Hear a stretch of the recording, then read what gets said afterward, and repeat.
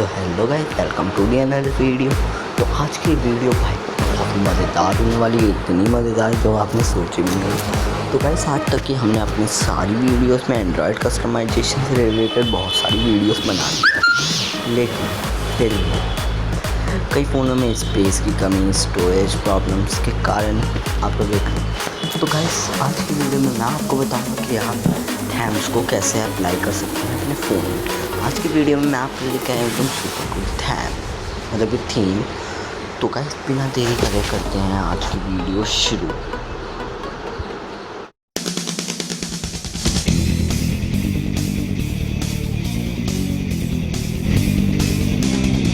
तो गाइस आपको theme apply करने के लिए एक एप्लीकेशन की ज़रूरत पड़ेगी जिसका नाम है जारजीवर।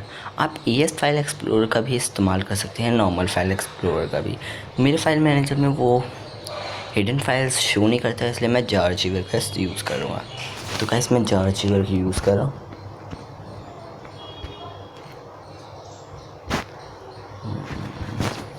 तो गाइस आपको अपना जारजीवर ओपन करते ही आपको कुछ ऐसा इंटरफेस मिलेगा।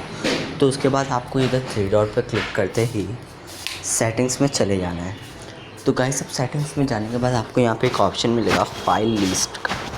फाइल लिस्ट पर क्लिक कर दीजिए। अब गाइस यहाँ पे एक ऑप्शन आ जाता है शो हिडन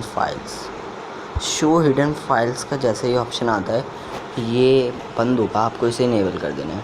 उसके बाद गाइस इतना करने के बाद आपको अपने वापस मैं डिस्क्रिप्शन में एक साइट का लिंक दूंगा, एक ड्राइव फोल्डर का, वहाँ से आपको उसको ओपन करके उस फाइल को डाउनलोड कर लेना है। उसके बाद आपको अपना जारजीवर ओपन करके अपना डाउनलोड फोल्डर ओपन कर लेना है। तो गाइस यहाँ पे मैंने एक वो ITZ की फ़ाइल होगी गाइस, वो थीम ITZ की होगी, मैंने इसको रीनेम करके ओरिजिन OS करूँ। तो गाइस इतना करने के बाद जब वो आपके डाउनलोड फोल्डर में आ जाएगी, आपको उसे होल्ड करना है। उसके बाद कॉपी पे क्लिक कर देना है। गाइस डाउनलोड पे फिर से क्लिक कीजिए। यहाँ पे आपको 2 ऑप्शन मिलेंगे, डाउनलोड से डिवाइस मेमोरी। आपको डिवाइस मेमोरी में क्लिक करिए। अब गाइस आपको नीचे जाना है, यहाँ पे एक ऑप्शन मिलेगा DWD का फोल्डर। तो गाइस आपको इसे ओपन कर लो। तो गाइस यहाँ पे आपको 5-6 बार टैप करना है जब तक बहुत सारे फोल्डर नहीं आ जाते। तो गाइस हम टैप करते जाते हैं। तो गाइस यहाँ पे T फोल्डर आ गया। तो गाइस मैंने ऑलरेडी इसमें पेस्ट करके रखा हुआ है, आप लोग पेस्ट कर लीजिएगा। तो गाइस जैसे ही आप उसे पेस्ट करेंगे तो आपको अपना पूरा बैकग्राउंड क्लियर कर देना है और फिर आपको अपना iTheme का वो ऐप ओपन कर लेना है। अब ऐप ओपन करने के बाद गाइस आपका iTheme का ऐप एप्लीकेशन ओपन होगा। आपको अपने लोकल में जाके लोकल थीम्स में जाना है। तो गाइस जो मैंने थीम इंस्टॉल किया था वो यहाँ पे आ चुका है। तो गाइस हम इसको एक और बार अप्लाई कर लेते हैं। ये मेरा ऑलरेडी अप्लाई है, मैं इसको अप्लाई कर लेता हूँ। तो गाइस ये मेरा फ़ोन जो है वीवो का है, फिर भी इसमें मैं आपको बहुत सारी यूनिक चीज़ें दिखाऊँगा।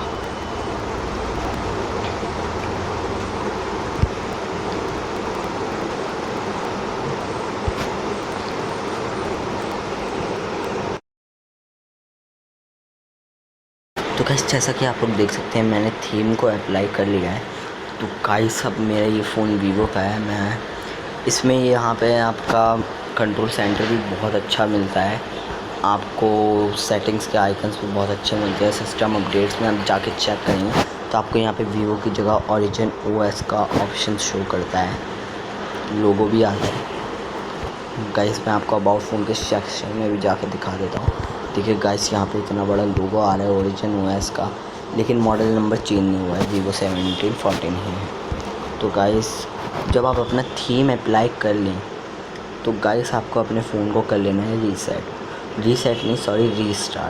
तो गाइस इससे क्या होगा, आपका फ़ोन को आप जब लोग रीस्टार्ट कर लेंगे तो गाइस आप इस थीम में जितने भी बग्स होंगे वो क्लियर हो जाएंगे और गाइस फिर आपका फ़ोन अच्छा भी लगेगा। तो गाइस ना ही इससे स्टोरेज प्रॉब्लम होगी ना ही कुछ होगा। गाइस डाउनलोड फोल्डर्स में से उन फोल्डर्स को डिलीट कर दीजिएगा, लेकिन DWD फोल्डर्स में उन फोल्डर्स को रहने दीजिएगा जो आपने पेस्ट किए हैं। तो गाइस मिलते हैं अगली वीडियो में।